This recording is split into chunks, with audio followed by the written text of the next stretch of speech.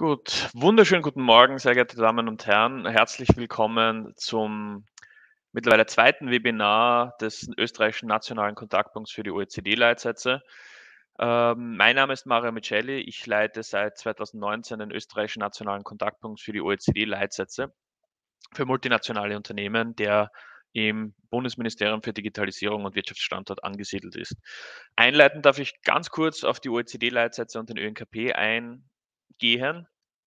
Für viele, die noch nicht kennen, die OECD-Leitsätze sind der modernste Standard für unternehmerische Verantwortung im Auslandsgeschäft. Anders als ähnliche Standards, wie zum Beispiel die ILO-Deklaration für multinationale Unternehmen oder die UN-Leitprinzipien für Wirtschafts- und Menschenrechte, sind die OECD-Leitsätze thematisch breiter aufgestellt. Sie umfassen auch Umwelt, Antikorruption, Wettbewerb, teilweise Besteuerung, Arbeits- und Sozialrechte. Ein wesentliches Element dieser OECD-Leitsätze sowie auch der UN Guiding Principles ist Due Diligence. Due Diligence ist jener Prozess zur Einhaltung der Sorgfaltspflicht, den Unternehmen nach den OECD-Leitsätzen für multinationale Unternehmen durchführen sollten, um die von ihrer Geschäftstätigkeit, ihrer Lieferkette oder anderen Geschäftsbeziehungen ausgehenden tatsächlichen und potenziellen negativen Effekte oder Auswirkungen zu ermitteln, zu vermeiden und zu mindern, sowie Rechenschaft darüber abzulegen, wie sie diesen Effekten begegnet sind. Neben diesen rechtlich unverbindlichen Empfehlungen der OECD-Leitsätze findet auf EU-Ebene gerade ein Paradigmenwechsel hin zu verbindlichen Due Diligence Standards statt. Mit der Corporate Sustainability Due Diligence Richtlinie, die im Februar von der Europäischen Kommission nach langer Zeit oder sehr sehnlich erwartet vorgelegt wurde, sollen bestimmte große Unternehmen in Europa, aber auch Unternehmen aus Drittstaaten entsprechende Prozesse implementieren. Gemeinsam mit dem Justizministerium arbeiten wir als Wirtschaftsministerium sehr intensiv an diesem Dossier. Klar ist aber, dass für Unternehmen die Implementierung von Due Diligence nicht nur eine Erfüllung einer rechtlichen Verpflichtung im Sinne dieser Richtlinie sein wird oder beziehungsweise ist, sondern es nützt dem eigenen Unternehmen. Es hat große positive Auswirkungen. Studien auf OECD-Ebene zeigen etwa, dass Unternehmen, die Due Diligence implementiert haben in ihren Risikomanagementprozessen, gegenüber Krisen wie zum Beispiel der Covid-19-Krise widerstandsfähiger waren. Darüber hinaus kann diese Richtlinie, wenn sie gut umgesetzt ist, auch die Wettbewerbsfähigkeit der europäischen Wirtschaft auf globaler Ebene stärken und zu einem Level Playing Field führen. Ganz zentral wird bei dieser Richtlinie auch die Frage sein, wie man menschenrechtlichen Risiken begegnen kann. Wie das in der Praxis ausschauen kann, wie es aussieht, das können wir uns heute in diesem Webinar genauer anschauen. Im Jahr 2022 befasst sich der ÖNKP im Rahmen seiner Bekanntmachungstätigkeit schwerpunktmäßig nämlich mit dem Thema Menschenrechte und veranstaltet eine Webinarserie zum Thema menschenrechtliche Sorgfaltspflicht. Heute ist bereits das zweite von 4 geplanten Webinaren. Darum freut es mich sehr, dass ich Sie heute hier alle begrüßen darf und möchte mich auch gleichzeitig an dieser Stelle für die Zusammenarbeit mit der Dreikönigsaktion bedanken, die uns auch in der Erstellung und auch bei den Speakern heute sehr geholfen hat. Aus diesem Grund vielen, vielen Dank für diese Kooperation im Rahmen dieses Webinars und wir freuen uns auch sehr, diese weiter in der Zukunft weiterführen zu können. Let me now just, since we have also an English part of this webinar, I'd like to switch to English and welcome also the English speaking speakers as well as the audience. For your information, the first part will be in German, followed by 2 presentations in English and a question and answer session. You can post your questions for your speakers either in English or in German. And there's a separate section just for questions.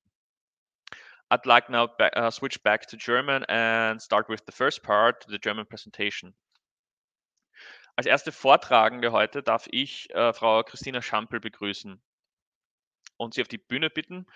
Sie ist Associate Director for Human Rights beim deutschen Beratungsunternehmen Sustain. Herzlich willkommen, schön Sie hier zu haben.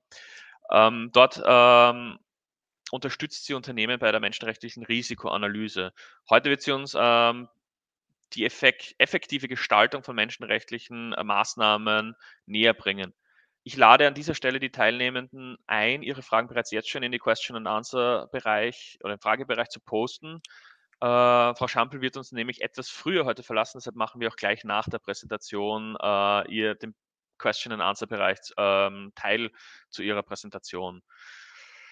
Na gut, dann freuen wir uns schon auf die Präsentation. Herzlich willkommen noch einmal und Frau Schampel, the floor is yours. Bitte schön. Herzlichen Dank. Ja, vielen Dank für die Einladung und die Möglichkeit, ja, zu präsentieren, vorzustellen, wie Maßnahmen im Kontext menschenrechtlicher Sorgfalt bei Unternehmen gestaltet werden können. Ach, jetzt muss ich einmal weiterklicken für die kleine Agenda für meinen Part. Ich würde einmal ganz gern mich natürlich und Sustain vorstellen. Nicht alle von Ihnen werden Sustain kennen. Dann möchte ich einführen in das Konzept der menschenrechtlichen Maßnahmen, insbesondere mit Blick auf das deutsche Sorgfaltspflichtengesetz, das Lieferketten-Sorgfaltspflichtengesetz in Deutschland, das ja nächstes Jahr in Geltung kommt und sich ganz deutlich auch in der Maßnahmengestaltung an den OECD-Leitsätzen oder auch den UN-Leitprinzipien, Guiding Principles für Business and Human Rights orientiert.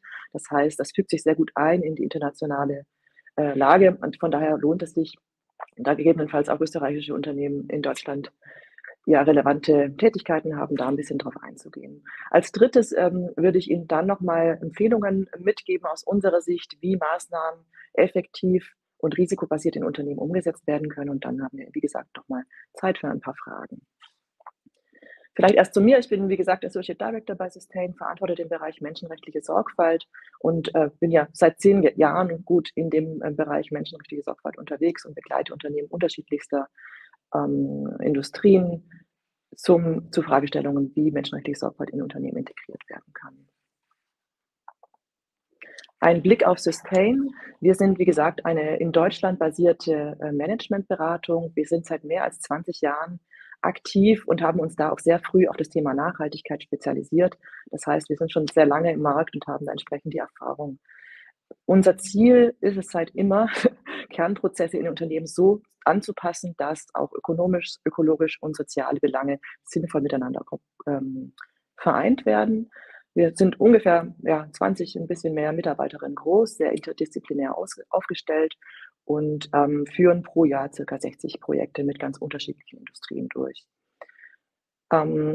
Wir betrachten bei der Arbeit grundsätzlich nicht nur die eigenen Geschäftstätigkeiten, das ist auch ganz wesentlich für die menschenrechtliche Sorgfalt, sondern wir schauen eben über den Rand des Unternehmens hinaus, weil wesentliche Impacts oft in der Lieferkette, Risiken oft in der Lieferkette liegen oder auch in der Nutzenphase. Das heißt, wir schauen uns eben entlang der gesamten Wertschöpfung Effekte und mögliche Maßnahmen an. Ich bin noch nicht gewöhnt an das Weiterklicken. So. Als Unternehmensberatung haben wir unterschiedliche Beratungsschwerpunkte. Sie sehen hier oben rechts natürlich den Bereich menschenrechtlicher Sorgfalt. Wir haben darüber hinaus auch andere Beratungsschwerpunkte, wie zum Beispiel Entwicklung von übergreifenden Nachhaltigkeitsstrategien. Das heißt, wirklich zu identifizieren, welche Themen sind relevant für Unternehmen, was machen auch aus geschäftspolitischen Erwägungen Sinn, sich auf Nachhaltigkeitsthemen zu fokussieren. Ganz wichtig auch natürlich das Thema Klima. Auch hier haben wir Tools und Modelle, wie wir Klimastrategien mit Unternehmen gemeinsam entwickeln und umsetzen. Soweit als kurze Einführung zu uns. Dann möchte ich ein bisschen tiefer in das Thema Maßnahmen einsteigen. Grundsätzlich gibt es ganz unterschiedliche Elemente bei der menschenrechtlichen Sorgfalt. Einige werden Sie kennen. Es gab ja schon das Webinar zum Thema Risikoanalyse. Das ist sicherlich ein ganz wichtiges Element menschenrechtlicher Sorgfalt, weil auf dieser Risikoanalyse eben alles Folgende aufsetzt. Es gibt den Bereich der Veröffentlichung von Grundsatzerklärungen. Es gibt den Bereich der Etablieren von effektiven Beschwerdemechanismen und auch die öffentliche Kommunikation und Berichterstattung. Das Element wirksame Prävention und Abhilfemaßnahmen zu definieren, basierend auf der Risikoanalyse, ist eben ein ganz wesentlicher Punkt, um auch menschenrechtliche Sorgfalt wirklich wirksam werden zu lassen und Maßnahmen müssen im Prinzip immer im Kontext der Risikoanalyse verstanden werden, weil ein effektives Risikomanagement besteht eben daraus, genau die identifizierten Risiken wirklich mit effektiven Maßnahmen zu mindern oder idealerweise zu verhindern, zu vermeiden. Grundsätzlich gibt es 2 unterschiedliche Arten von Maßnahmen, das auch im deutschen Lieferkettengesetz beispielsweise unterschieden wird. Zum einen haben wir die Situation, Präventionsmaßnahmen im Unternehmen umzusetzen, und zum anderen gilt es, wenn eben konkrete Risiken sich materialisiert haben, eine Verletzung bevorsteht oder unmittelbar schon eingetreten ist, wirklich auch Abhilfe zu schaffen. Das heißt, es gibt so ein bisschen unterschiedliche Aktivitätsdimensionen. Präventionsmaßnahmen heißt, ich habe in meiner Risikoanalyse Risiken identifiziert, gegebenenfalls auch aus dem Beschwerdemechanismus kommen Informationen, da könnte was nicht in Ordnung sein. Und Ziel von Präventionsmaßnahmen ist es eben, genau zu verhindern, dass dieses Risiko tatsächlich eintritt. Das heißt, wenn ich einen problematischen Rohstoff source, wo ich ein Risiko sehe, da könnten, weiß ich nicht, Kinderarbeit stattfinden oder da könnten Arbeitnehmerbeschäftigungsrechte nicht gut umgesetzt sein beim Lieferanten, dann muss ich entsprechende präventive Maßnahmen wirksam werden lassen, die versuchen, diese Risiken zu minimieren und zu verhindern. Im Bereich Abhilfemaßnahmen ist die Verletzung, wie gesagt, bereits eingetreten. Das heißt, vielleicht im eigenen Geschäftsbereich wurde offenbar, da wurde nicht anständig bezahlt, obwohl Mindestlohn gilt, wurde vielleicht nicht genau darauf geachtet. Und da gilt es dann wirklich, diese eingetretene Verletzung wirklich zu verhindern und zu beenden, gegebenenfalls sogar auch Wiedergutmachung zu ermöglichen. Und hier ist die Informationsquelle nicht unbedingt die Risikoanalyse, sondern ganz deutlich wahrscheinlich der Beschwerdemechanismus, vielleicht auch in Auditergebnissen oder sonstigen Analysen, dass man gesehen hat, okay, da ist wirklich ein Problem zustande gekommen. Ganz wichtig bei Abhilfe, wenn ich den Verstoß als Unternehmen selbst verursache, also wirklich selbst durch meine Tätigkeit Menschenrechte beeinträchtige, muss ich als Unternehmen dafür sorgen, dass diese Verletzung wirklich beendet wird. Wenn mein Lieferant oder ein Geschäftspartner die Verletzung verursacht, also Verletzungen durch Dritte, dann fällt es mir als Unternehmen natürlich schwer, diese Verletzung wieder abzustellen. Da gilt es dann wirklich als Unternehmen, den eigenen Beitrag zu dieser möglichen Verletzung zu minimieren, zu reflektieren, habe ich da irgendwie zu beigetragen, habe ich zu kurzfristig bestellt, sind meine Zahlungskonditionen zu schlecht, sodass der Geschäftspartner einfach in die Bredouille kommt, oder ich muss meinen Einfluss geltend machen. Das heißt, durch Brancheninitiativen oder durch Einwirken auf den zum Beispiel Lieferanten zu versuchen, dass er eben sein Verhalten verändert und die Verletzung nicht mehr stattfindet. Ein bisschen tiefer eingestiegen in den Bereich Präventionsmaßnahmen. Wie gesagt, hier auch wieder ausgehend vom deutschen Lieferkettengesetz gibt es einige ganz, ich würde sagen, klassische standardisierte Maßnahmen, die Unternehmen in Erwägung ziehen sollten, wenn sie präventiv tätig werden. Ein bisschen unterschieden ist die Tätigkeit nach dem, was ich im eigenen Geschäftsbereich machen kann und sollte, was ich gegenüber direkten Lieferanten machen kann, und auch das Lieferkettengesetz sieht ja schon ein bisschen zumindest die Verantwortung in der tieferen Lieferkette. Auch hier gibt es einige Maßnahmen, die umzusetzen sind. Und anhand dieses Katalogs kann man sich eigentlich ganz gut orientieren, was man in Erwägung ziehen kann. Ich finde es ganz spannend, dass das Lieferkettengesetz auch im eigenen Geschäftsbereich eben Maßnahmen vorsieht, gerade auch mit Konnex zu Problemen, die eventuell in der Lieferkette entstehen. Das erste ist, dass auch die Grundsatzerklärung schon als Präventivmaßnahme verstanden wird, weil in der Grundsatzerklärung ganz wesentliche die wesentliche Haltung, was Menschenrechte im Kontext von Unternehmen bedeutet, dargelegt werden soll und auch eben ein Bewusstsein geschaffen werden soll, was das Unternehmen erwartet an menschenrechtlicher Sorgfalt auch von seinen Partnern. Das heißt, allein die Information, das klare Darlegen des eigenen Verständnisses, des eigenen Managementsystems für Menschenrechte ist schon ein Mittel der Prävention. Und ausgehend von dem eigenen Geschäftsbereich gilt es wirklich auch, die eigene Beschaffung und die eigenen Einkaufspraktiken zu reflektieren. Weil mit diesen Beschaffungsstrategien und Praktiken hat man eben den größten Einfluss auch auf Partner. Das heißt, zu überlegen, source ich eigentlich in besonders vielen risikoreichen Gebieten? Was muss ich hier bei der Beschaffung berücksichtigen, um die Risiken, die dort in den Regionen eventuell entstehen, erst gar nicht aufkommen zu lassen? Oder auch die Reflexion der eigenen Einkaufspraktik. Bestelle ich sehr kurzfristig, habe ich Nachordern, habe ich vielleicht auch unfaire Einkaufspraktiken hinsichtlich der Preisgestaltung, die es dem Geschäftspartner sehr schwer nur ermöglichen, hier als eine anständige Geschäftsführung für seine Mitarbeiter zu ermöglichen. Das heißt, diese Reflexion, da startet im Prinzip die Prävention. Sicherlich wichtig, auch im eigenen Geschäftsbereich die relevanten Entscheider auch zu schulen zum Thema Menschenrechte. Häufig sind zum Beispiel Einkäufer darauf ausgelegt, den besten Preis, die beste Qualität zu beschaffen. Recht wenig reflektiert wird häufig der Bereich, wie kann ich eigentlich den Lieferanten einschätzen hinsichtlich der menschenrechtlichen Situation, was muss ich eigentlich beim Lieferanten wissen, wie kann ich ihn dazu kriegen, da vielleicht auch ein Auge drauf zu legen. Also hier tatsächlich auch im eigenen Geschäftsbereich zu schulen, zu informieren, Bewusstsein zu schaffen, zu sensibilisieren, ist die erste Maßnahme. Und das Lieferkettengesetz zumindest sagt es auch, man sollte auch den eigenen Geschäftsbereich kontrollieren, ob die eigenen Ansprüche auch in den Prozessen entsprechend umgesetzt werden. Bei direkten Lieferanten ist es ganz wichtig, und das kann man natürlich auch für die weitere Lieferkette ausweiten, soweit es eben möglich ist. Ideal ist es natürlich, sobald man neue Zulieferer, neue Lieferanten auswählt, da genau schon die Erwartungen hinsichtlich Menschenrechte klar zu machen, und bei der Auswahl eben auch zu berücksichtigen. Das heißt, nicht nur nach Preis und Qualität zu entscheiden, sondern eben auch zu überlegen, ja, wenn ich jetzt einen Lieferant, der vielleicht zu einem etwas höheren Preis anbietet, auswähle, da habe ich vielleicht trotzdem weniger Risiken, weil ich weiß, der hat ein anständiges Managementsystem. Also diese Auswahlkriterien wirklich festzulegen, wäre schon eine präventive Maßnahme.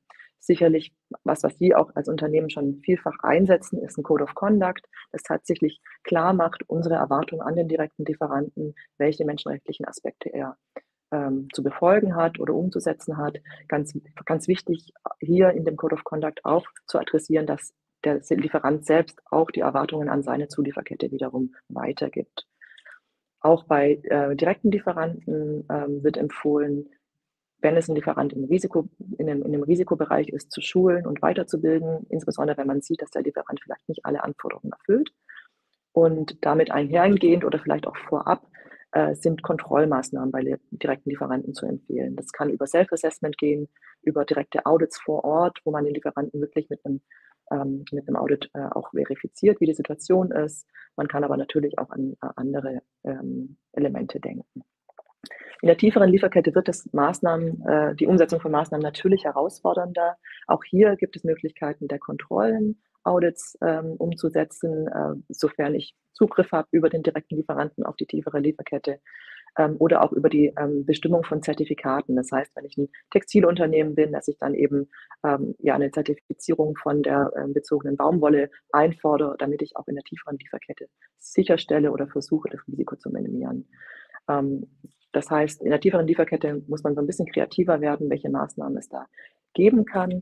Auch im Lieferkettengesetz ist es schon den Regulierern bewusst gewesen, dass die tiefere Lieferkette etwas schwerer zu managen ist. Das heißt, auch da, wenn man merkt, man hat eigentlich auf die tiefere Lieferkette keinen guten Zugriff, man ist vielleicht auch ein ganz kleiner Player, kann eigentlich nicht gut Einfluss nehmen, dann ist sicherlich auch das Engagement in Brancheninitiativen ein sehr guter Weg, um zu schauen, kann ich als Branche insgesamt bestimmte Risikolieferketten versuchen besser zu machen, kann ich da vielleicht auch ein bisschen stärker auf Regierungen Einfluss nehmen, weil ich eben ein wichtiger Abnehmer bin.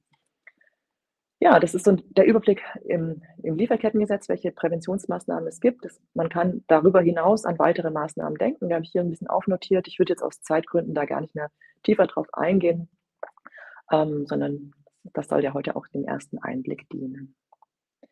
Im Bereich Abhilfe ist es mir nochmal wichtig, das ist im Lieferkettengesetz so vorgesehen, aber eben auch eine Leitlinie in den UNGPs oder auch in den OECD-Guidelines. Wenn Sie, wie gesagt, als eigener Geschäftsbereich wirklich Menschenrechtsverletzungen ja, begehen oder da nicht ganz ja, wenn es da zu Schwierigkeiten kommt, liegt es an Ihnen, wirklich diese Verletzung zu beenden. Also man kann da zum Beispiel im Bereich Diskriminierung denken, Gender Pay Gap etc. Da gäbe es sicherlich auch im eigenen Geschäftsbereich, vielleicht auch an internationalen Standorten die Möglichkeit, dass es da zu Problemen kommt. Ganz wichtig, Sie müssen da als wichtigste Abhilfemaßnahme sozusagen die Verletzung selbst beenden und dafür sorgen, dass es nicht mehr stattfindet. Im Verhältnis zum direkten Lieferanten ist das auch das erste Ziel, die Verletzung wirklich zu verhindern oder zu vermeiden. Wie gesagt, da den eigenen Beitrag auf die mögliche Verletzung zu reflektieren. Und sofern das nicht direkt möglich ist, gilt es mit dem Lieferanten gemeinsam an einem konkreten Plan zur Verbesserung zu arbeiten. Das heißt, gemeinsam zu erarbeiten, wie kann ich dafür sorgen, dass eben es nicht mehr so viele Überstunden in der Produktion gibt oder dass wirklich sichergestellt ist, dass überall der Mindestlohn gezahlt wird oder ein angemessener Lohn gezahlt wird. Das gilt dann wirklich in den Dialog zu gehen mit den direkten Lieferanten.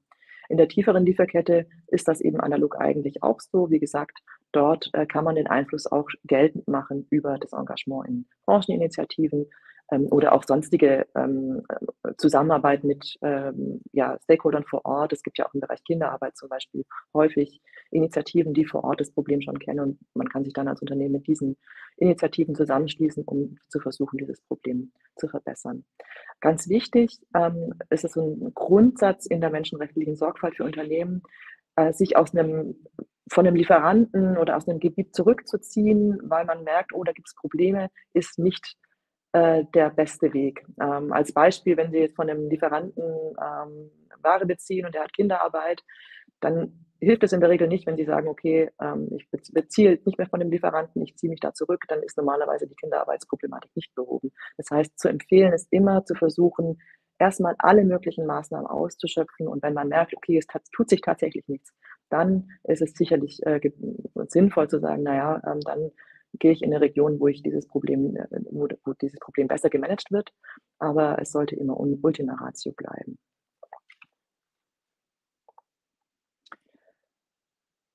Ich glaube, angesichts der Zeit würde ich 'n Ticken überspringen. Ich würde dann gerne noch mal drauf eingehen, welche, äh, Verknüpfung zwischen Risikoanalyse und Maßnahmenumsetzung aus unserer Sicht besteht. Ganz wichtig ist, dass die menschenrechtliche Sorgfalt, egal, wo, in welchen Regularien Sie nachsehen, Sie müssen sich nicht um alles gleichermaßen kümmern. Und deswegen ist die Risikoanalyse auch so wichtig. Das heißt, der erste Schritt ist immer zu identifizieren, wo haben Sie die wichtigsten Risiken, die höchsten Risiken, welche Lieferanten haben die besonderen Risiken, welche Themen sind besonders relevant, und dann zu priorisieren. In der Regel haben Unternehmen über 1.000 Lieferanten, vielfältige Standorte, sourcen vielfältige Produkte, und da alles gleichermaßen zu managen, ist schlicht nicht möglich. Und es ist notwendig, dass Sie priorisieren, und ja, das Wichtigste, dass die größten Verstöße zuerst angehen mit Maßnahmen. Das heißt, der erste Schritt nach der Risikoanalyse ist wirklich zu gucken, für welche Risikobereiche brauche ich welche Maßnahmen. Das heißt, je höher das Risiko im Prinzip, je höher die Wahrscheinlichkeit oder auch die Schwere von menschenrechtlichen Verstößen, die Sie sehen, desto stärkere Maßnahmen sind erforderlich. Und wir empfehlen da sehr stark auch gestuft vorzugehen. Häufig nach einer Risikoanalyse hat man so ein gewisses Bild. Ja gut, ich vermute jetzt mal, die Lieferanten aus Indien haben ein höheres Risiko, weil ich aus bestimmten Datensätzen und Informationen aus meinem Beschwerdemechanismus gesehen habe, da könnte es Probleme geben.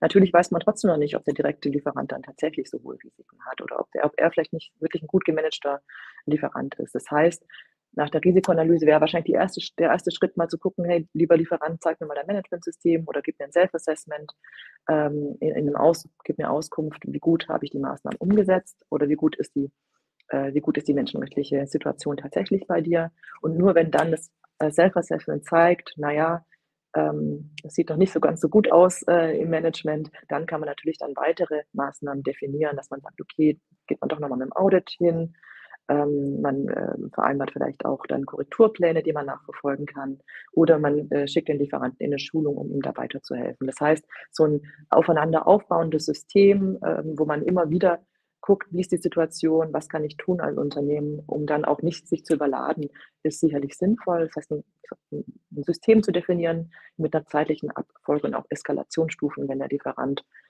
nicht nicht entsprechend die Risiken minimiert.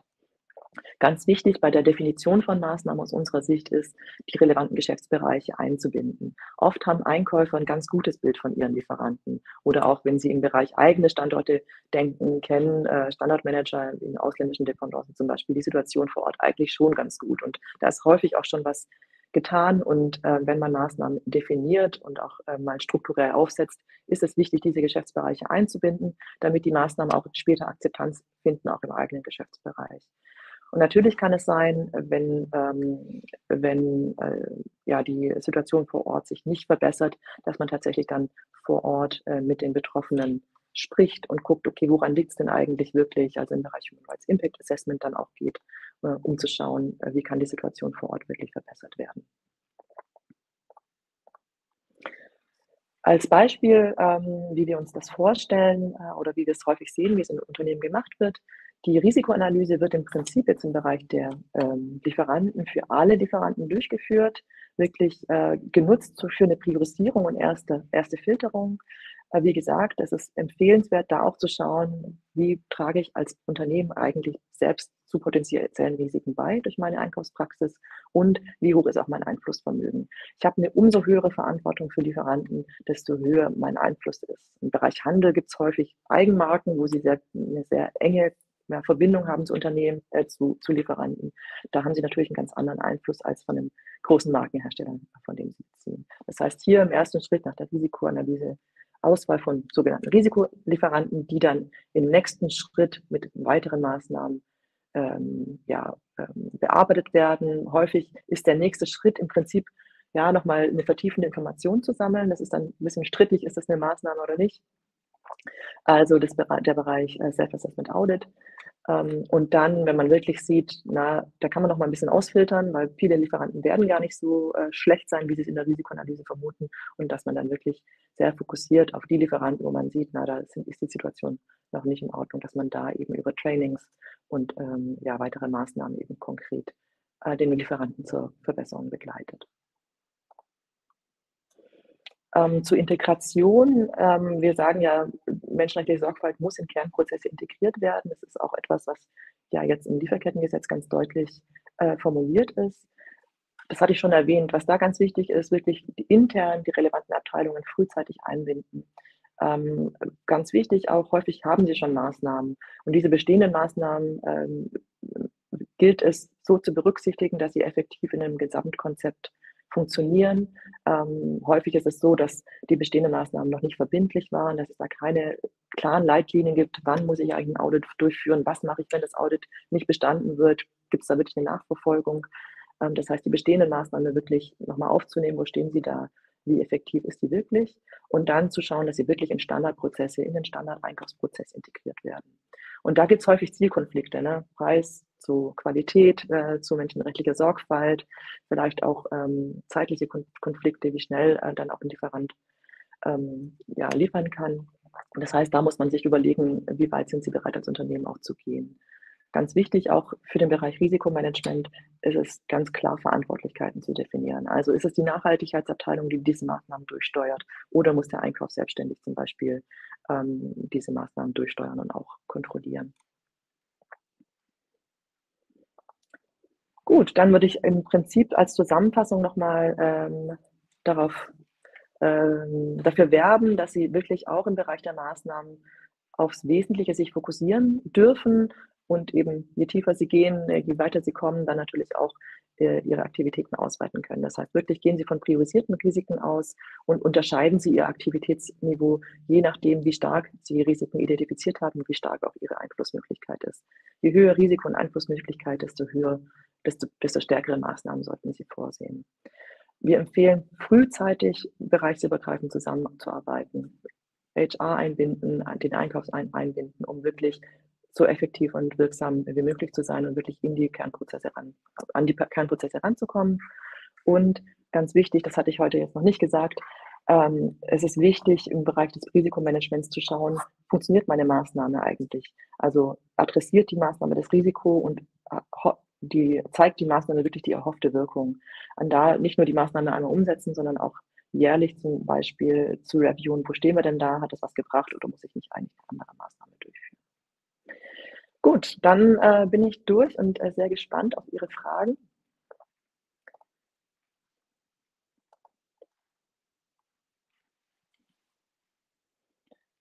Ich höre zwar So, nichts, aber ich lese vielen gerade Dank, eine. ja. Ja, okay, super. Vielen Dank für die Präsentation, wirklich auch für diese spannenden Einblicke. Vor allem auch, was sehr, sehr gut war dieser Überblick auch, der Fokus auf die Priorisierung. Ich glaube, das ist ein wesentlicher Aspekt oft in der Kommunikation zum Thema Due Diligence.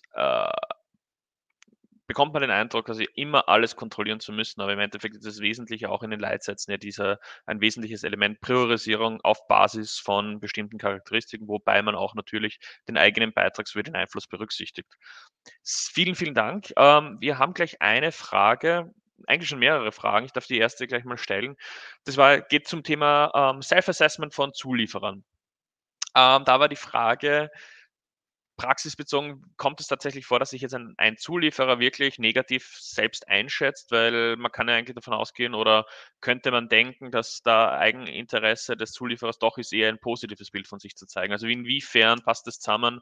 Kann man sich auf das wirklich konkret verlassen oder gibt es Bilder, wo man sagt, okay, Self-Assessment ist eher doch eine eigene Darstellung oder mehr Wunsch als Realität? Ja, dieses Risiko gibt es natürlich. Also, man sollte das Self-Assessment grundsätzlich schon mit Vorsicht genießen.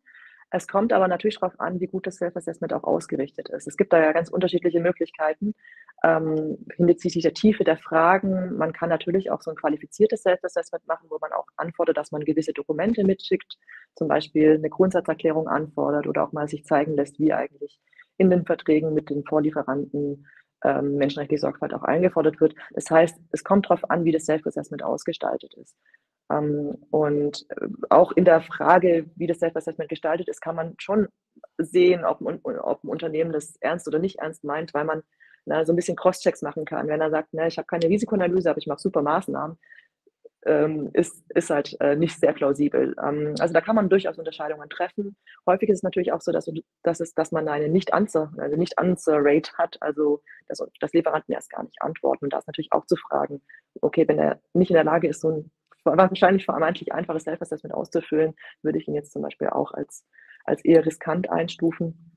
Genau, also deswegen ist es auch ein gestuftes Verfahren. Wir würden beim Self-Assessment niemals aufhören wollen, sondern da das Self-Assessment nutzen, um sich ein bisschen von die Spreu vom Weizen zu trennen. Danke. Bei der zweiten Frage geht es gleich eher so formuliert, macht man es sich zu einfach, wenn man Lieferanten von vornherein ausschließt, auf die man halt wenig bis gar keinen Einfluss hat? Ja, da Oder was macht man gibt es sich da zu für einfach. da macht man sich zu Würde einfach. ich, genau, also das ist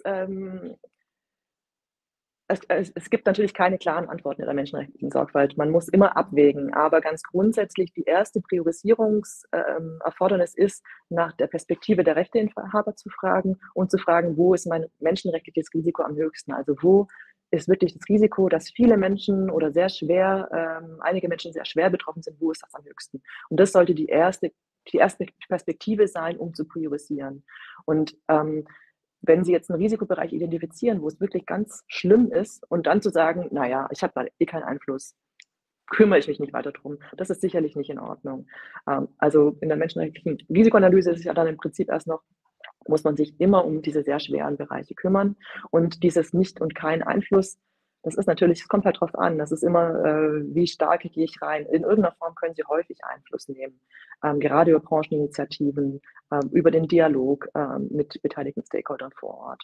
Also da wäre ich schon, würde ich raten, nicht zu pauschal vorzugehen und einfach zu sagen von vornherein, naja, auf alles indirekte Material habe ich eh keinen Einfluss, nehme ich raus aus der Betrachtung. Das ist so sicherlich nicht in Ordnung. Vielen, vielen Dank. Ich hätte dann noch auch eine Frage, im Endeffekt genau auf KMU, vor allem auch jetzt im Lichte der Richtlinie werden zwar in der Richtlinie, die gerade ausgearbeitet ist, sind sie jetzt nicht erfasst, aber mittelbar betroffen, indem sie für große Unternehmen im Zulieferbereich natürlich gewisse Verpflichtungen erfüllen müssen.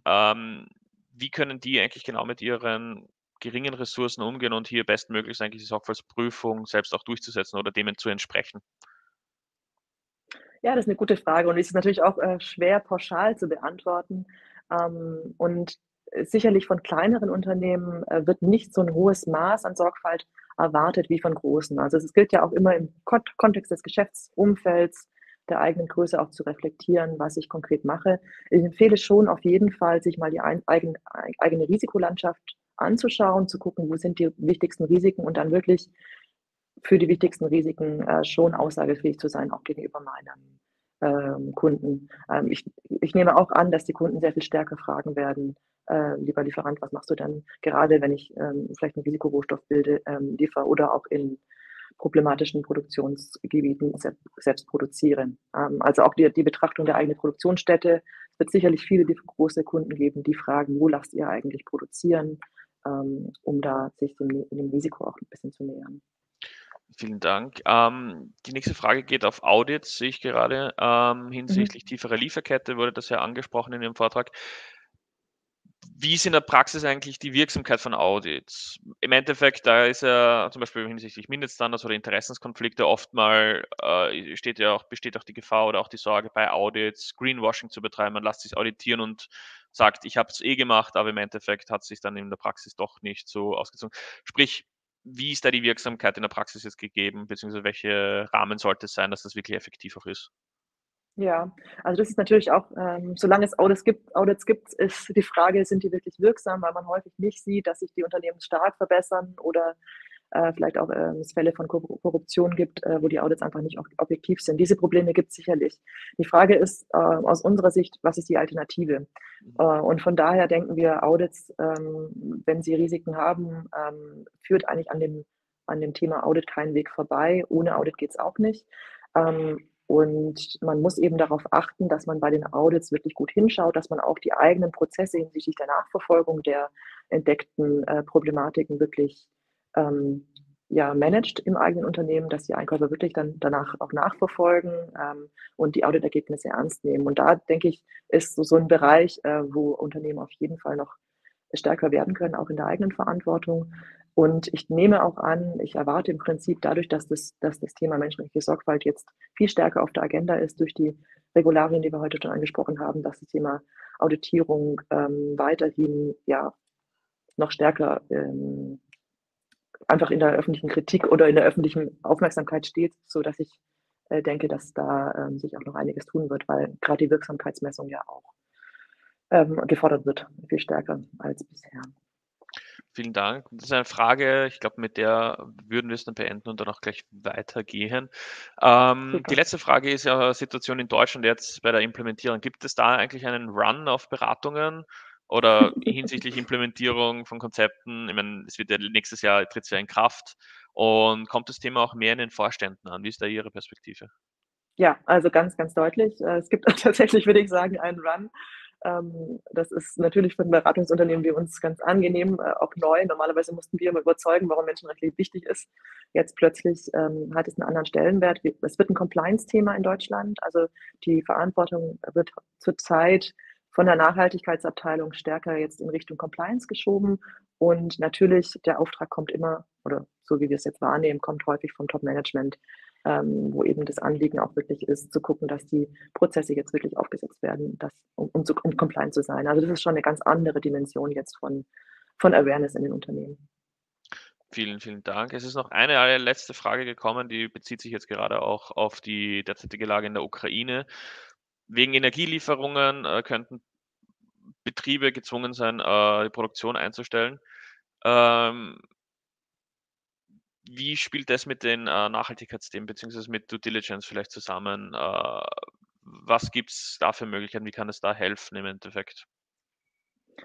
Ja, es Also ist die Frage. halt gerade noch ein bisschen abstrakt die Frage.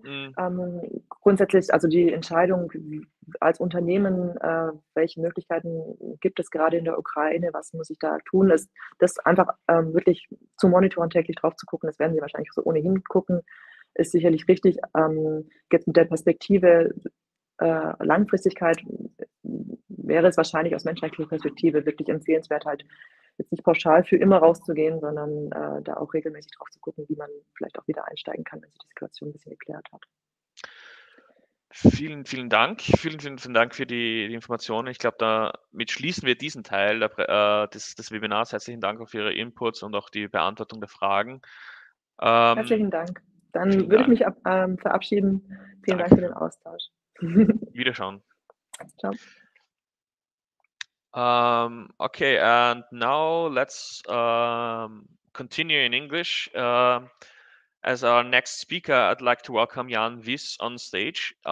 He's the global lead for social impact at Nestle and will share some insights on human rights measures along the value chains. Jan, very welcome to you. Thank you very much for participating, and we are very happy to have you here today. And you have the floor. Thank you very much, Mario. Good morning, everyone. Thank you for having me. Apologies, I have to do it in English. I'm Swiss and I can understand German, but still quite a challenge for me actually to speak in German, especially for a topic that is quite technical. So thank you for that. So I'm Jan Wies. I've been with Nestle for 11 years. I'm in charge of social impact.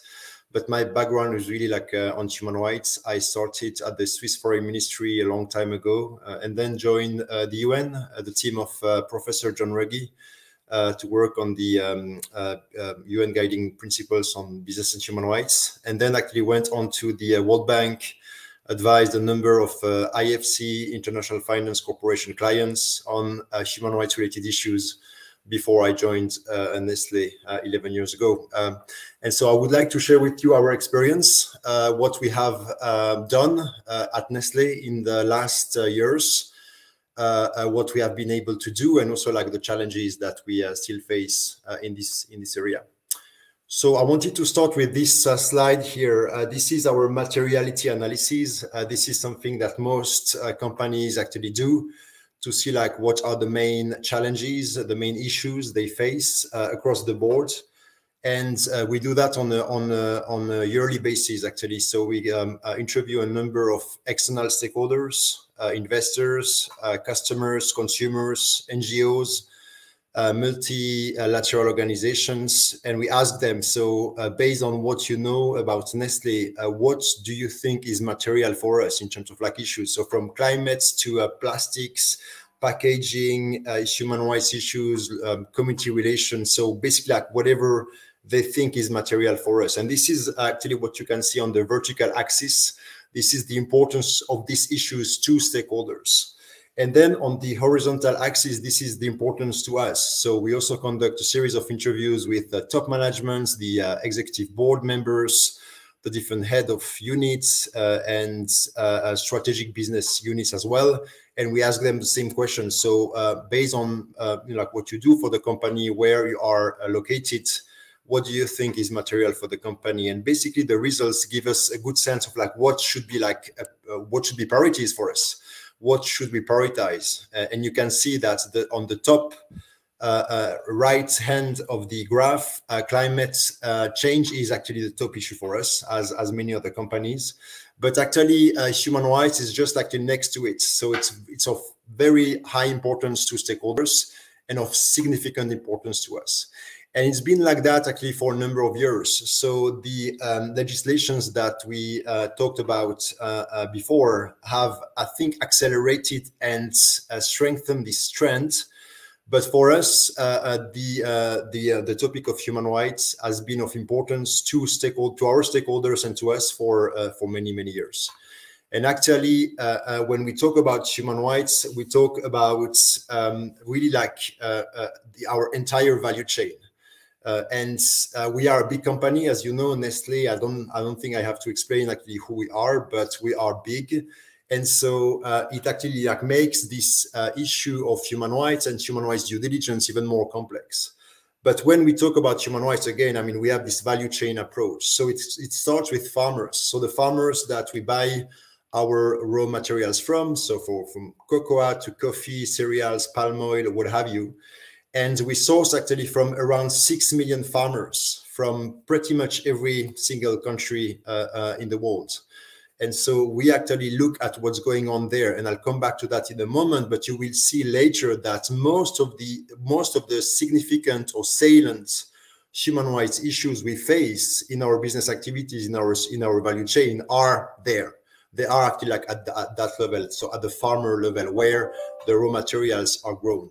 But we also look at workers in our supply chain. So the manufacturing environments, the tier one suppliers, the direct suppliers that we interact with. We have 150,000 suppliers in our portfolios that we buy goods or services from. And this is also in scope. So what are the working conditions in these supplier manufacturing facilities? We also look at communities living around our own facilities. We operate 450 factories in 86 countries.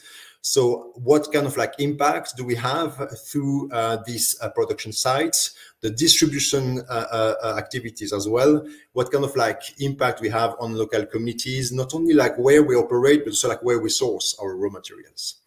And of course, our own employees. So I mentioned the number of factories we have. We also employ 250,000 people around the world.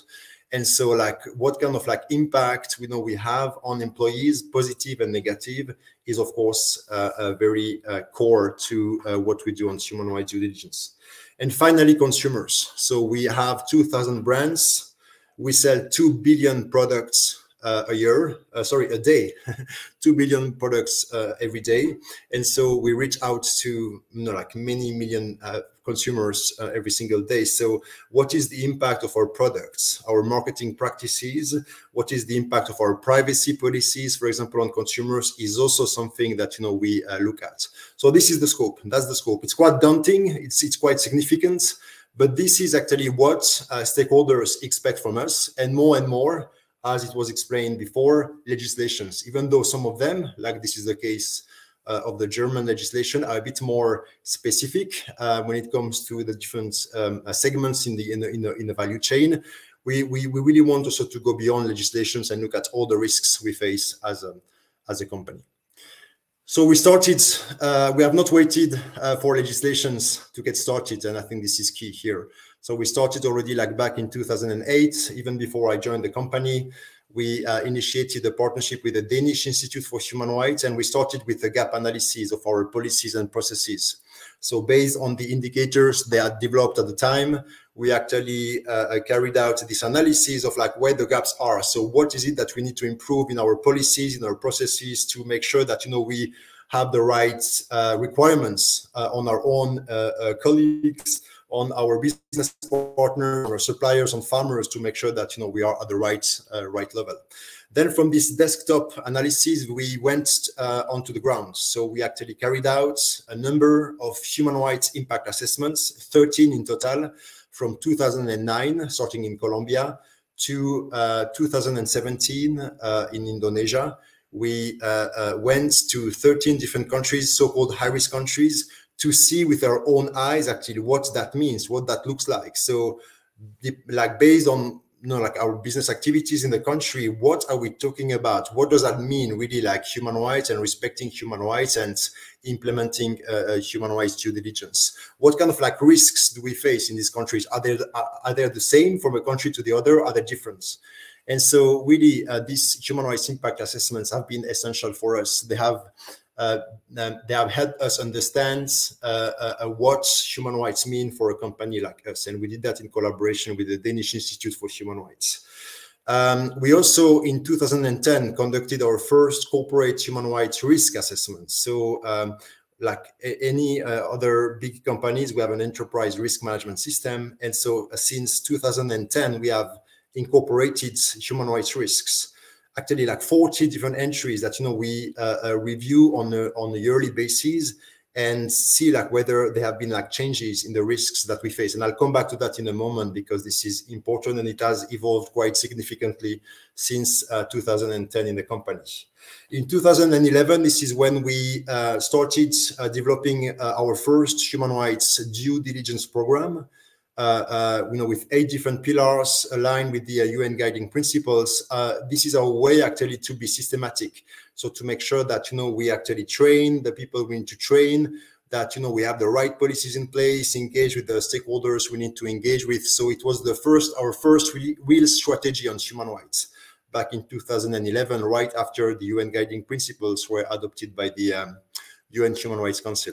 And then following this program, we have incorporated human rights into corporate policies. We have reviewed 22 corporate policies to inject human rights language, human rights requirements, make sure that we are at the right level, but also into the monitoring mechanisms. So that was one of the questions asked to Christina. So what is the role of audits, for example? So revisiting our audit protocols, making sure that when we actually carry out audits in our own facilities, factories, or to suppliers' facilities, they include the right questions. They also incorporate the risks that we face, and so we ask the right questions to these people. Moving on to 2017, we also issued specific reports on specific risks. This one is about child labor in cocoa. I'll come back to that in a moment.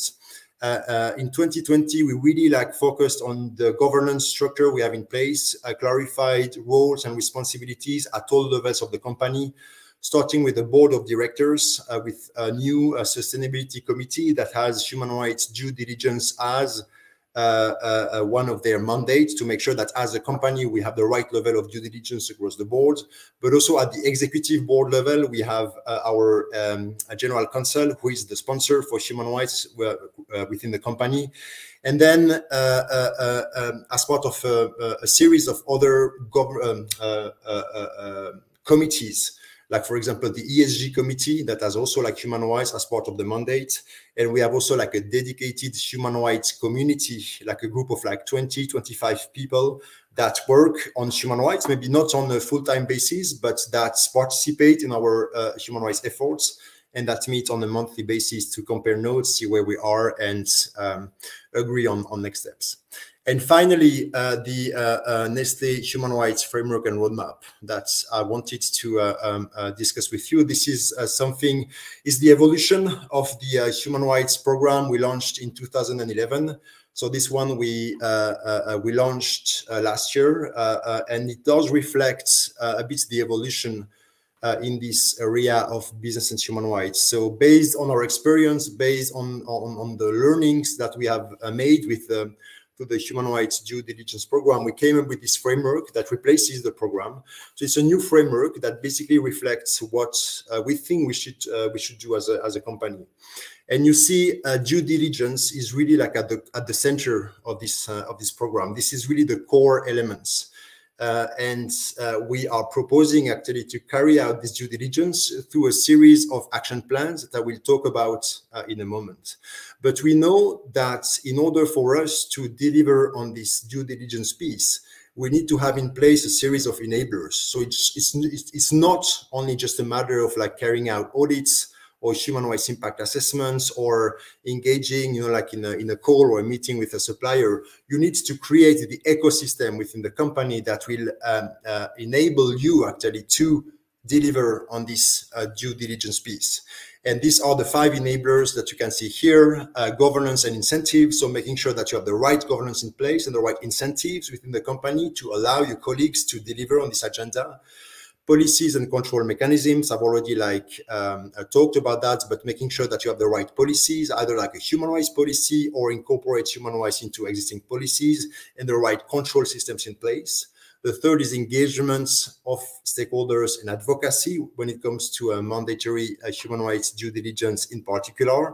The fourth enabler is strategic partnerships. I've already mentioned the Danish Institute for Human Rights, but we have a number of other partners that we work with on the ground to implement the programs. And finally, transparency and reporting. I don't have the time actually to go in details into these different enablers, but they are key. I mean, without them, we wouldn't be able as a company to really deliver on this due diligence piece. And this is the main objective of this framework, is really actually to deliver on due diligence, but also create the right environment we need actually to be able to deliver on this. Now, so as part of this due diligence objective, we have identified 10 salient human rights issues. And you can also call them risks. It doesn't really matter. The notion of salience is just slightly different because it really focuses on people versus companies' risks. But we can simplify. They don't come out of the blue. So it's not that we just decided that there would be these are the main risks we face as a company. Actually, they really build on everything I explained until now. So all the human rights impact assessments we have done, all the audits we have carried out, also the grievances we have received through our grievance mechanisms, the interactions we had with stakeholders and right holders. So all these learnings, all this experience that we have gathered in the last 10 or 11 years are basically reflected in this list of salient human rights issues. And you see a lot of them actually relate to the upstream supply chain, so the farmer level, where actually our raw materials come from, starting with child labor and access to education. Typically, child labor is very much an issue that is salient for us because we source a lot of agricultural raw materials, and this is where child labor takes place. And this is something that we need to consider, but it's not as material as, for example, in the manufacturing environment or in our own factories. We don't have child labor in our own factories, of course, but child labor is very much an issue in the upstream supply chain. We also have forced labor and responsible recruitment, very much an issue in specific categories like palm oil, for example, that we know is very material for us. Living income and living wage, gender equality, non-discrimination, and non-harassment. This one is not only relevant for the upstream supply chain, but also very much for our own operations. We know that like the discrimination or gender equality is very much like an issue we need to look at in our own facilities, either at the HQ level or in the factories. There are still gaps that we need to fill there. Same for safety and health at work. This one is very much relevant across the board, so from across the entire value chain. Freedom of association and collective bargaining, right to water and sanitation, very relevant also like for communities living around our facilities, and also like in the upstream supply chain. Indigenous peoples and local communities' land rights, data protection and privacy, right to food and access to nutrition. So I hope it does reflect the slide that I used before when I said, we really have a value chain approach to human rights. Actually, if you look at these 10 salient issues, you see that farmers and workers and communities and our own employees and consumers are part of this scope. This is really the scope of our human rights due diligence. We said when we launched the framework end of last year, we said that we would come up with a dedicated action plan for each of these 10 salient issues by the end of this year. So we are working full-time on this currently. And so throughout the year, you will see actually like an action plan being published for each of these salient human rights issues. Now, it looks simple, like just said like that, but it's actually very complex, as you all know, because this is not only like a matter of like laying down what you're going to do, but really like understanding where the risks are. And just to give you an idea of the magnitude of the risks we face as a company on child labor, for example, just child labor, there are a number of risks that we face across the board.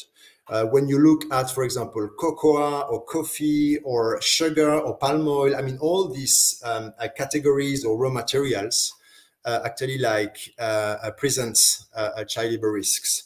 We have a good understanding of what these risks are based on all the work we have done before, and also like different like sources of information that we are using, like UN agencies or NGOs, or even like government agencies that have developed some reliable sources of information that we have used actually to develop a risk register. So for each of these 10 issues, we know we have a pretty good understanding of where the risks are and where we need to act.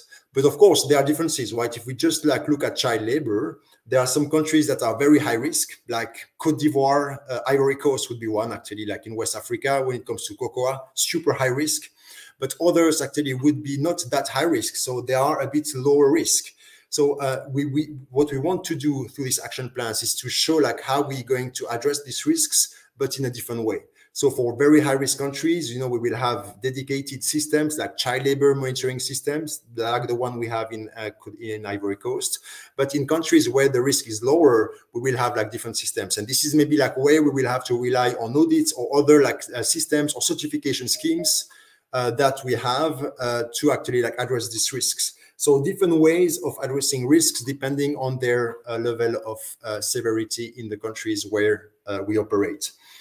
There, behind each of these action plans, there is a dedicated team of sourcing, procurement people, legal people, people from public affairs that are developing actually these plans, also the country teams together. And they are actually like a great opportunity for us to actually like break the silos, because the way that we are organized at Nestlé is very siloed. So there is a cocoa team or a coffee team or a team looking at palm oil or cereals or soy. And so here we are looking at these issues from an issue perspective. So child labor across all the categories. So how do we work together actually to address these risks together? This is quite a challenge, but it's quite interesting actually to see like how it works. My final slide is this one. We don't actually see human rights only as risks. And I know that the current legislation, so the upcoming ones, actually like push companies actually to look at human rights as risks. We want to move away a bit from there. Of course, this is important. This is key. I mean, this is part of due diligence. But we also see human rights as an opportunity. And the opportunity is actually to make sure that whatever we do, like be it on climate change, through our net zero roadmap or our packaging strategy, making sure that people are at the center of what we do. And I think the human rights approach allow companies actually to make sure that whatever they do in different areas, people are at the center of what we do, and we make sure that whatever we do, we don't have negative impacts on people, be it farmers or workers or local communities. This is for us important as we actually like move towards this just transition to regenerative food systems. This is really like the key strategy of the company for the next years. Human rights are really like at the center of what we want to do to make sure that we do it right. So I finish here and happy to take questions, of course. Thank you very much. Very impressive, very interesting presentation. We will come now to the next presentation and then to the question and answer. So thank you very much. And with this, I'd like to welcome now David van Wyk from the Benchmark Foundation on stage. David is a researcher for Benchmark Foundation. It is a South African NGO committed to social and economic justice, and it focuses on the cooperation as an ethical entity. He will tell us now more about community engagement and the human rights due diligence, and we'd like to see also, and he will also show us what difference does it make for a responsible business conduct approach and due diligence in the field. So David, thank you very much for participating. Very welcome, and the stage is yours. Thank you very much for inviting me to participate in this very important webinar. The Benchmark Foundation was created to monitor corporations operating in South Africa and in Africa to see whether their behavior changed after apartheid or whether the behavior's just been the same. And to ensure that there's ethical investment, especially by South African companies in other African countries. And we have had some very serious issues in the South African context with regard to human rights due diligence, and the consequences have been quite bad. We've had corporate implosion. Steinhoff company collapsed a couple of years ago because of not really sustaining a social license to operate. We've had state capture where some corporations tried to capture the state.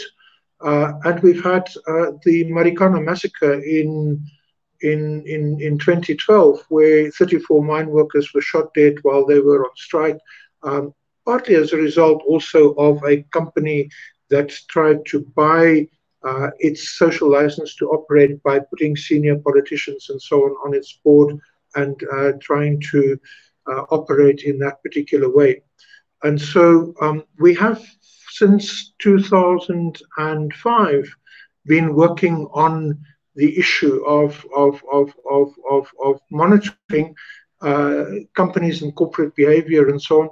And what we have done is we've done about 14 different reports since 2005, mainly in the mining industry, but also in retail, and also in finance.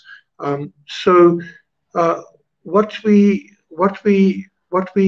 find is a problem in the research that we've done over the last 20 years is basically that we find that in the African context there's an imbalance of legal power between corporations and communities and workers and so on. You know, as a legal persona, corporations are far more powerful than communities or individuals impacted by corporate operations. And this legal power allows the corporation sometimes to abuse the context within which they are, especially in the African context where we have communities that are not as sophisticated and so on, not as educated, not as literate and so on as the situation perhaps in Europe and other continents and areas. So we also came out of apartheid, and in apartheid, people were excluded from economic participation. They were excluded by Calabar Act, they were excluded by various pieces of legislation and so on, and the operations of corporations and so on really benefited a small minority of people defined by race. And obviously, since 1994, with the changing situation, with changing legislation and so on, ordinary people want to participate more and more in the economy, and they are looking towards corporations not to do things for them, but to do things with them. And they are looking towards government not to do things for them, but to do things with them. They want to be included in the economy. They want to participate in the political and social reality that they find themselves in. And that transformation is a very difficult one to do. And very often this ends up in court cases, and corporations have a lot of money to extend court cases over very long periods of time until the financial resources of the community is depleted and they can no longer continue with the court action. But communities have won very important court actions against corporations that did not really have a social license to operate and did not really look at human rights due diligence. Lonmin, for example, really collapsed in South Africa as a result of that massacre that took place in 2012. There's also an imbalance of information power. Corporations have far greater access to private and public media to state their case through advertising, news coverage, and even in the ownership of media means of production. So it's very difficult for communities to get hurt. And when you get a situation like this, very often communities become violent and the corporation's activities might be disrupted through that violence as a result of the fact that people feel that they are not being heard. There is a slogan in South Africa in communities which says, "Nothing about us without us." People really don't want to be excluded anymore. People really want to participate in the creation of a society which is very different from the apartheid society that we came from. And once they feel that they are not participating, very often the response is one of violence, and that could have a very bad negative impact on the activities of a corporation. And then there's an imbalance of access to knowledge and science. Corporations fund universities and the means of knowledge creation. And this, there's a distinction that we find in the South African context between knowledge and truth. Knowledge is relative and tied to institutions like corporations and government and so on. And knowledge very often seeks to not to reflect truth, but to perpetuate the institutions, the activities of the corporation, the activities of the government and so on, rather than looking at the real situation. So very often what we find is that when corporations have this access to knowledge and science and also to information power and so on, when they respond to the critiques that we write in terms of our research, they often respond through advertising to try and counter the narrative that we put out in the public, and that doesn't help. They should rather address the problems that we identify than try to counter it through advertising.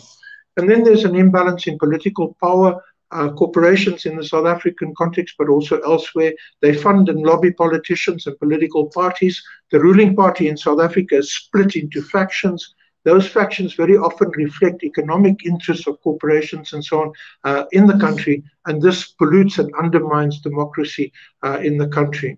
The system shifts to serve the interests of the dominant corporations rather than those of the public. The public sphere is constantly pushed back as corporate interests usurp more and more public institutions and services. In the process, national sovereignty is compromised and public influence is minimized. And this then creates a conflict between the public and the corporations, especially in a country where economic power is highly concentrated as a result of the history of apartheid. We have basically 5 big retail operations in this country. We've got 5 big banking operations in this country, and we've got about 6 or 7 very dominant mining operations in this country that are between them controlling probably more than 80% of economic interest within the country. And that excludes participation, and that makes participation by ordinary citizens and so on very difficult, and that then creates conflict between corporations and citizens. So there is greater need in this country to unbundle some of the larger corporations and so on, and create more space for people to participate in the economy, but also to allow for a situation where there is better public control and monitoring of the human rights context that we find ourselves in. Now, given this context, human rights are easily compromised, which is why we have the OECD guidelines and the UN guiding principles on business and human rights. But in our context, these guiding documents and so on are not always adhered to because the principles are voluntary and are not enforceable by international or national law. We have weak states. We have states that are easily corrupted, and very often corporations take advantage of that particular situation to, in fact, corrupt the state. And in the South African context, we had about 10, 15 years very recently of a direct attempt to capture the state by corporate interests. And of course, there are internationally negotiated investment agreements that contradict national constitutions and human rights law. And this becomes a big problem when these agreements for the corporations to operate, they are often made in the context of being conducive for investment and so on, but very often they then take shortcuts with regard to human rights and the environmental situation within the country that the corporation operates in. And this then creates a conflict, and it undermines the social license to operate of these corporations within the African and South African context. And then, of course, when the interests of shareholders maximizing profits are considered more important than the interests of host communities and the environment in the host country, this also becomes very problematic within the African and South African context. Now, the consequences of ignoring human rights due diligence are disruptive conflict between corporations and host communities, and we see that very frequently in Africa. We see it very frequently in South Africa as well. Increased cost to the corporation in the form of private security companies to protect the investment, and of course, investment in greenwash advertising and publicity as a result of denying that the corporation actually has a problem. We very often in our reports point out the problems that corporations, especially in the extractive industry, have. Very often they deny it and they respond with advertising instead of dealing with the issues that we highlight. But increasingly we now find corporations being more open to discussion with us and to engaging around the issues and so on that we identify in the research that we do.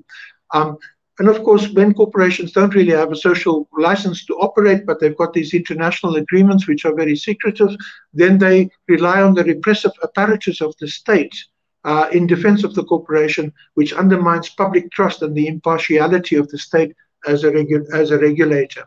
And that weakens democracy, and it undermines democratic public institutions. Strikes, boycotts, and operational delays then become very expensive for the corporation, and really it's not worthwhile going down that route. But we very often see corporations trying to do that, and then in the end it becomes far more expensive for them. In the case of Lonman, the company collapsed, in fact, and in the case of the state capture attempt recently, those people involved, their whole business model collapsed as well. And of course, it can result in expensive court cases that could cause reputational damage to the corporations.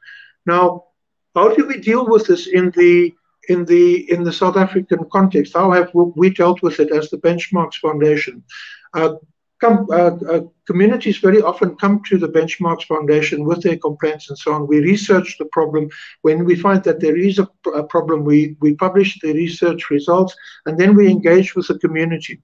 We help the community to create community forums dealing with that particular industry so that the community is organized when it begins to talk to the corporation, rather than throwing stones or having riots and things like that. We try to open the door for the community to engage with the corporation, to address the issues of the impact of the corporation on the host community and how to mitigate those negative impacts, and how the community could possibly benefit from more positive impacts of the corporation.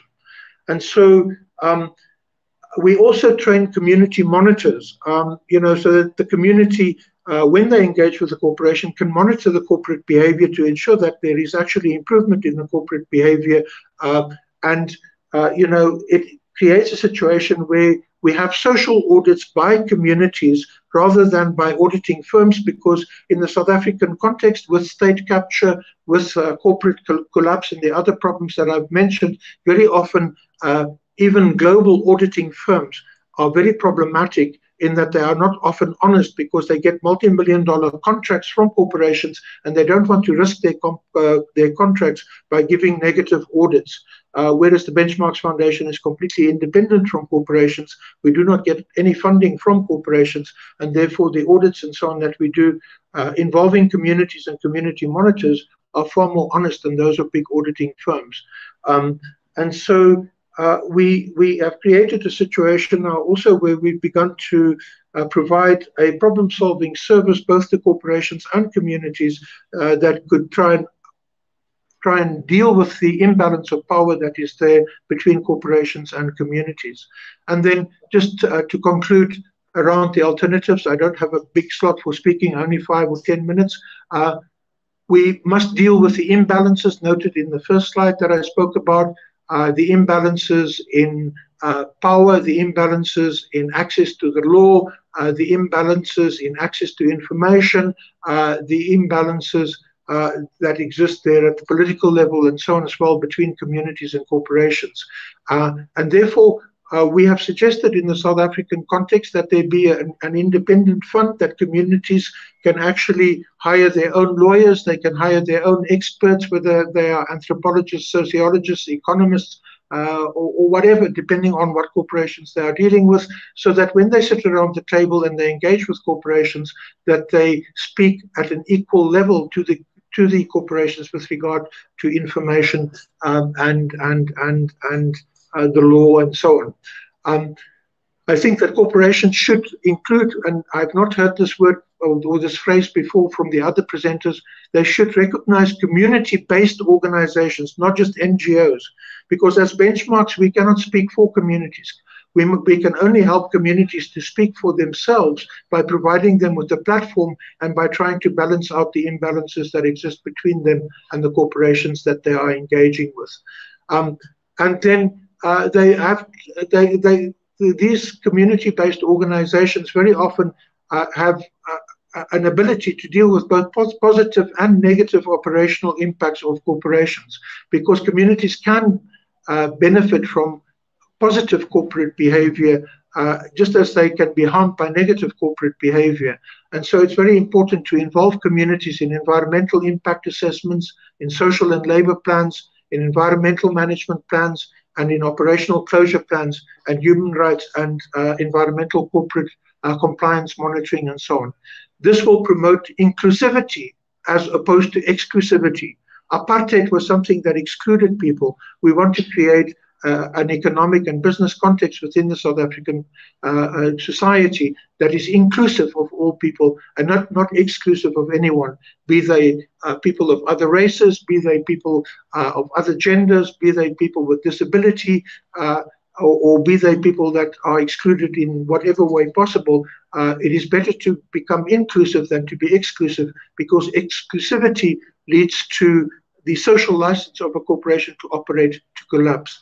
And then we think that corporations should work within the framework, the national framework of human rights, labor, and environmental legislation. And where this does not exist, they should try to operate in the context of global best practice always. You know, very often corporations tell us, but the local law, the national law allows us to do what we are doing. And we say, no, but if it's not correct to do it, it's not correct to do it that way. It's best to do it in terms of global best practice. Where countries have got weak states and weak government, use global best practice and not the weak legislation or the weak institutional arrangements that you find at the local context. I thank you. Thank you very much, David. It's very impressive also the insights in the South African context you mentioned, was of course also the transition from apartheid to now and what actually corporations can do to make a difference in the field. And actually what is really important, or actually very interesting, is this community-based approach you mentioned. saying that to make a difference, you need to engage with the community in the field. Thank you very much for that. We now come to our question and answer sessions. I already have got some questions, 2 questions I would like to combine and give you both the opportunity to answer. The one is related to food prices. Now, in the context also of the Ukrainian war, we see and we have fear that food prices will get higher, and that will also have negative impacts on human rights, of course, when it comes to hunger or starvation. And I'd like to give that question to you, Jan, and to you, David. What do you think how due diligence can actually address this issue? And how could actually companies address it? And also together in your context, David, can communities engage to cooperations with this issue? So I would like to start maybe with David and then pass on to Jan. Thank you. South Africa is a low-wage economy, and so we have a real problem in this country that 60% of our people earn less than 5,000 rands per month. And 5,000 rands, if you look in the context of euro, you might as well divide it by 10, 15 to get the euro value. And so as a consequence of that, we really have a very big problem with food prices. And part of that food prices has to do with the monopoly of food in the country. We've got 5 big retail outlets, and we've got very big agribusiness, agricultural food production units in this country, which are focused on export rather than on supply to the local market. So the issue of food sovereignty becomes very, very important, and it needs to be addressed. The issue of the high concentration of economic power within the food market and supply, also within the retail market in South Africa, is a really big problem that needs to be addressed. And it is an area that we need to look at, because we find that when you get very big retailers moving into an area, let's say, for example, in Zambia, we find a situation where the retailer moves in and small producers are squeezed out of the market, whether they are furniture manufacturers or whether they are food producers. You know, within the African context, very often people can actually produce food fairly cheaply because they've got access to land in Zambia and so on. But when the big mall opens up next door, very often the attraction of the mall is the glitz and the glamour, and people want to go to the mall rather than buy the food more cheaply on the street. And then it becomes hugely problematic. And I'm not necessarily talking about processed food. I'm talking here about vegetables. I'm talking about food that goes directly into the pot. The value chain is very short. And the crisis with Ukraine reflects that the value chain from the soil to the plate is too long. And so it creates a huge big crisis, because grain is produced mainly in Russia and in the Ukraine, and suddenly there's now a crisis which sees an escalation of prices in South Africa, when in actual fact we could be producing that grain within our own context. Thank you. Jan, please. Yes, thank you. Well, first of all, it's not only like about food prices, but inflation overall, and it's a complex phenomenon. But I think this is a good question, because it helps, I think, like broaden the scope of this discussion. It's not only like about what companies can do, but remember the OECD guidelines and the guiding principles are also like about what governments need to do and must do actually to protect their citizens. And I think it was a bit like out of scope of this discussion, but I think like a discussion on food prices and how to control them and how to make sure that the citizens can access affordable nutrition needs actually to have the governments involved, because as company, there are things we can do. And for example, we have like popularly positioned products.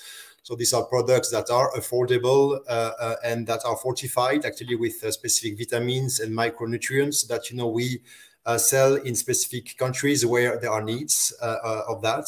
And we also, for example, support and strengthen diversified diets, diversified production, of farmers. So when we buy from cocoa farmers, we help them also like diversify their production. So not only grow coffee or cocoa, it's important for them also like to, I would say, absorb the price fluctuations of these cash commodities, but it's also like important from a nutrition perspective. So they can actually grow their own food on their fields, and that makes a huge difference because it's very often actually like at the core of the poverty challenge. All this to say that, you know, there are things we can do as companies, either like multinational or national or local companies, but for sure we cannot be like held responsible for the food prices increase and for inflation overall. Sure, it's as you said, it's a very complex agenda, and the crisis we face now in Ukraine is actually moving, let's say, moving a lot in this context as well. I have now the question, you actually, and I will start with you again, Jan. The questions regarding, you mentioned West Africa and the risk of child labor. Official data still, and this is the question, says that still shows little progress with combating child labor. So where do you see that this European Union legislation on human rights due diligence can get actually better, can better the situation, or can it provide also instruments for companies to get better or to help seize the problem there within their, of course, within their potentials?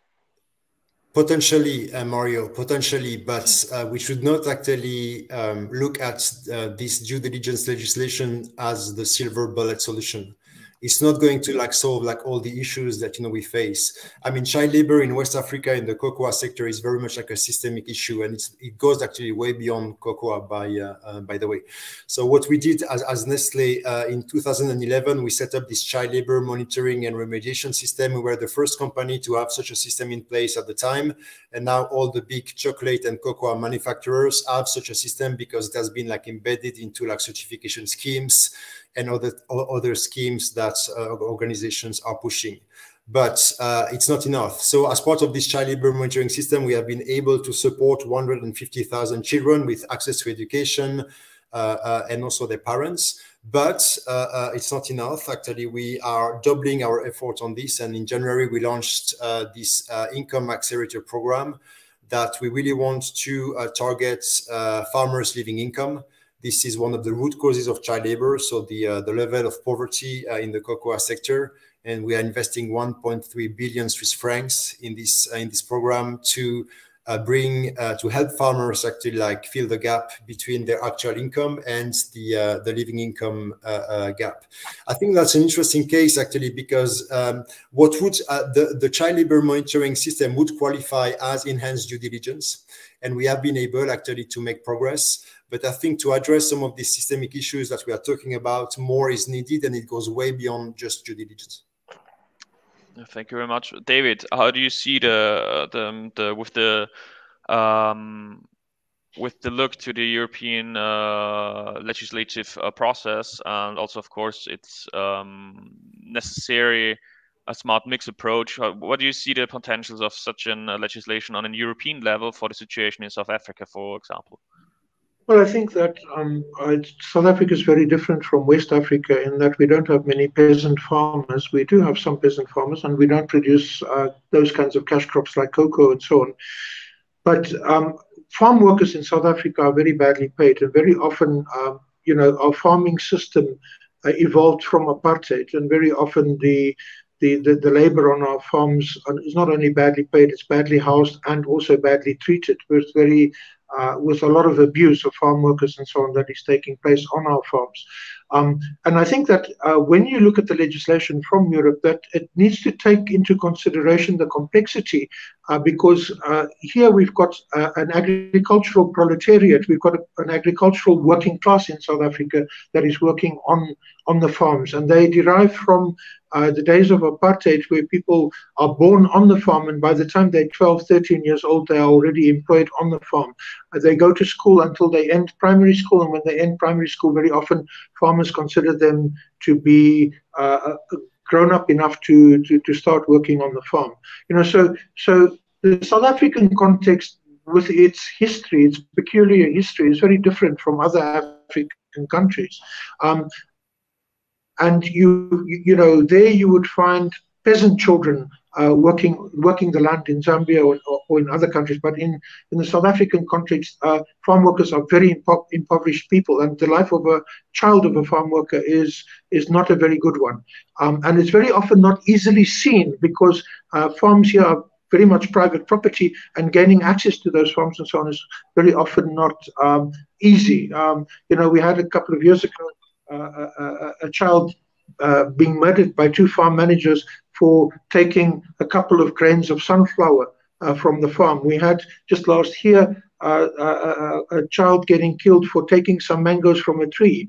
You know, the situation really is complex when it comes to children and agriculture in the South African context. And perhaps there needs to be some research and investigation into the peculiarity of our context as compared to other African countries. Thank you very much. We are actually already over time. We still have some questions, but I actually suggest that we will take them. We will answer them in written, and so we can provide the answers to those questions. So from my side, I actually have to thank you both, David and Jan, for participating, for your very interesting insights into this topic.